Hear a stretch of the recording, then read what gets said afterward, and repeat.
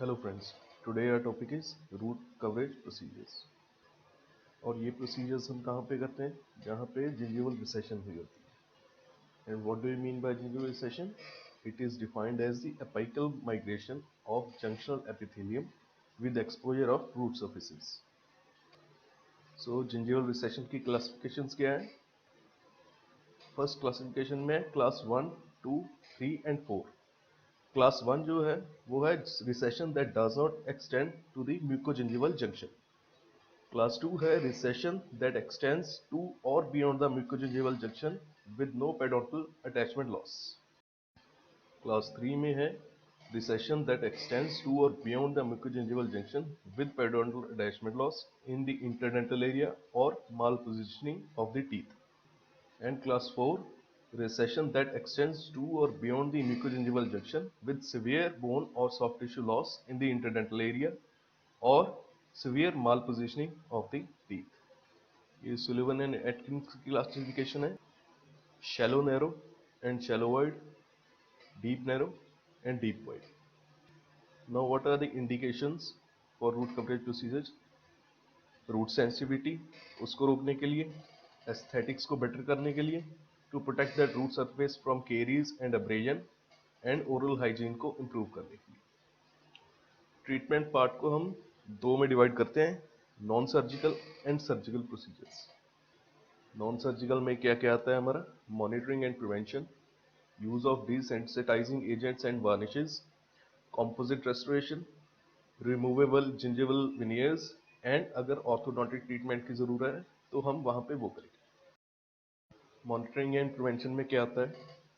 अगर वहां पे रिसेशन नहीं हो रही, प्रोग्रेस नहीं कर रही और कोई टूथ सेंसिटिविटी नहीं है और एस्थेटिक वाइज सब कुछ ठीक है, तो वहां पे हम पेशेंट को नॉर्मल टूथ ब्रशिंग इंस्ट्रक्शंस बताते हैं एंड उसको रेगुलर ऑब्जर्वेशन पे रखते हैं with through a strict maintenance programme.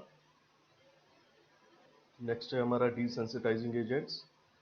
तो डेंटिनल हाइपरसेंसिटिविटी को रोकने के लिए हम कुछ एजेंट्स यूज करते हैं, जैसे कि Admira Protect, PRG barrier coat and Profluorid varnish, जो कि ब्लॉक करता है डेंटिनल ट्यूब्यूल्स को एंड प्रिवेंट करता है nerve stimulation. We also use composite resins to mask the recession defects and to eliminate the black triangles caused by recession. Next है हमारे removable gingival veneers. इनको हम आर्टिफिशियल रिमूवेबल जिंजिवा भी कहते हैं। ये इससे डिफेक्ट्स को मास्क करते हैं। Next, orthodontics. In some cases, surgical intervention and grafting may help to treat the recession defect. However, if orthodontic treatment is an option that the patient is willing to consider, then any surgical intervention should be delayed until after orthodontic tooth movement has been completed. Now, what are the indications for surgical intervention? First is to improve soft tissue aesthetics, to reduce hypersensitivity, to improve the plaque control and to prevent the further progression of recession defect. अब आते हैं हमारे tooth coverage procedures. Cohen ने soft tissue grafting को classify किया था, first free soft tissue autografts and second contiguous और pedicle soft tissue flap. Free soft tissue autografts में आते हैं हमारा epithelial graft and sub epithelial connective tissue graft. Contiguous and pedicle soft tissue flap को further हम दो में divide करते हैं, rotational flap and advance flap. Rotational flap में हमारे आते हैं laterally position flap, oblique rotated flap and double papilla flap. और एडवांस फ्लैप में हमारे आते हैं coronally position flap and semilunar flap. Next आते हैं हमारे प्रोसीजर्स फॉर फ्लैप्स। इनकी सारी डिटेल्स, इंसिजन्स एंड डिस्क्रिप्शन, इनके लिंक मैं इस वीडियो के डिस्क्रिप्शन में डाल दूंगा, क्योंकि वर्बली आपको ये समझ नहीं आएंगे। बट इनके एडवांटेजेस एंड डिसएडवांटेजेस जो है वो मैं आपको बता देता हूँ। जो हमारा लिटरली पोजीशन फ्लैप है, इसके एडवांटेजेस हैं, एक तो या इसमें सिंगल सर्जिकल साइट इन्वॉल्व होती है। एस्थेटिकली ये गुड होता है क्योंकि कलर सेम होता है जिंजिवा का, एंड गुड वेस्कुलरिटी होती है क्योंकि जो इसका फ्लैप जो हमने रेज करके रीपोजिशन किया है उसको हमने कंप्लीटली एक्सरसाइज नहीं किया डोनर साइड से, तो इसकी वेस्कुलरिटी गुड होगी। Disadvantages हैं इसकी dehiscence and or fenestration at the donor site, possibility of recession at the donor site, and limited to one or two teeth with recession. Next is coronary position flap. In this flap, we give firstly we give two vertical incisions which should go beyond the mucogingival junction, and then we give internal bevel incision which goes to the base of the pocket. Then we scale and root plane the area, और उसके बाद हम flap को कॉर्नरली position करके उसे suture कर देते हैं. कॉर्नरली पोजीशन फ्लैप की इंडिकेशंस है जहां पर एस्थेटिक कवरेज चाहिए, लाइक एक्सपोज रूट सर्फेसिस, और जहां टूथ सेंसिटिविटी है जिंजिवल रिसेशन के कारण. इसके एडवांटेजेस हैं treatment of multiple area of root exposure, no need for involvement of adjacent teeth, high degree of success, and even if the procedure does not work, it does not increase the existing problem. Next है double papilla flap. It is a variant of lateral pedicle flap in which the basic technique is similar, except that जो donor site है वो हम एक papilla से लेते हैं, mobilise करते हैं. यहाँ पे हम दो पेपिला को इन्वॉल्व करेंगे adjacent to a recipient site. इसकी indications है when the interproximal papilla adjacent to the mucogingival problem are sufficiently wide, when the attached gingiva on an approximating tooth is insufficient to allow for a lateral pedicle flap.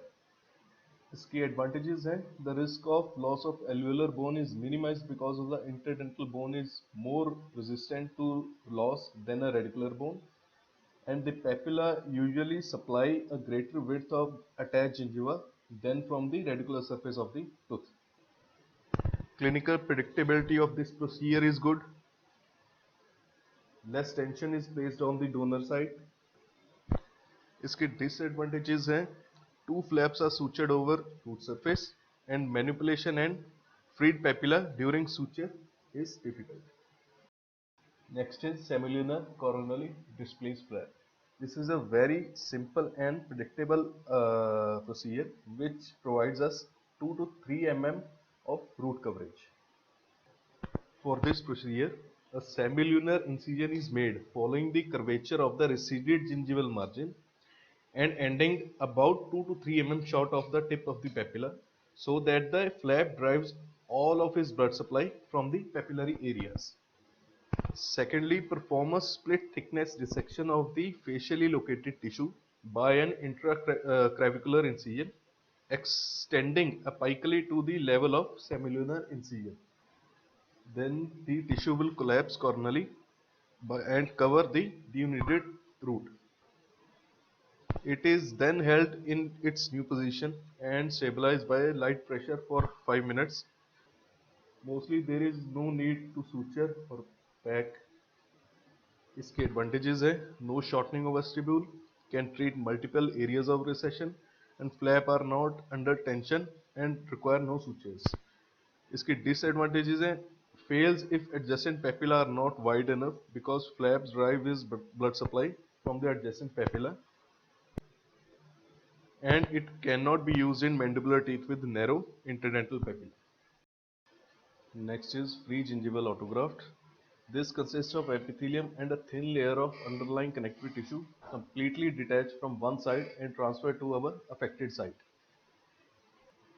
Advantages are increased keratinized tissue around teeth and increased vestibular depth. At a recipient site, we'll remove all the deposits if present and remove the cementum and affected dentine, and then etch the surface with tetracycline. Then we will obtain our connective tissue graft, which will be from premolar and molar area from Mexa. Then that graft is transferred to a recipient site and then sutured. Next is subepithelial connective tissue graft. Basically, this procedure is indicated for larger and multiple defects with good vestibular depth and gingival thickness to allow a split thickness flap to be elevated. So what are the indications where aesthetic is of prime concern? For covering multiple denuded roots, in the absence of sufficient width of attached gingiva, in the adjacent areas. Advantages are high degree of cosmetic enhancement, no additional cost for autogenous donor tissue, minimal palatal trauma, and increased graft vascularity. Disadvantages are high degree of technical skills are required and complicated suturing. So in the first step, we have to raise a partial thickness flap with a horizontal incision 2 mm away from the tip of the papilla and two vertical incisions 1 to 2 mm away from the gingival margin of the adjoining teeth. And these incisions should extend at least 1/2 to 1 tooth wider mesiodistally than the area gingival recession. After raising the flap, thorough scaling and root planing should be done. Then obtain the flap from our maxilla from the palate area. Then place connective tissue graft on the denuded root surface and suture it with the resorbable sutures to the periosteum. For good results, stability of graft is very important. That's why suturing is very complicated in this area and should be done properly. Then cover the graft with the outer portion of our partial thickness flap and suture it internally. And then cover the graft side with periodontal dressing. Next is pouch and tunnel technique or coronally advanced tunnel technique. This technique is used to minimize incisions and the reflection of flaps and to provide abundant blood supply to the donor tissue. Initial circular incisions are made using small blades like 15C or 12D, which are contour blades, and mini curettes are used to create the recipient pouches and tunnels like this. Then the connective tissue graft which we obtained from palate is placed through the papillary tunnel and apically beneath the pouch. The facial gingival margin covers the connective tissue using horizontal mattress sutures internally.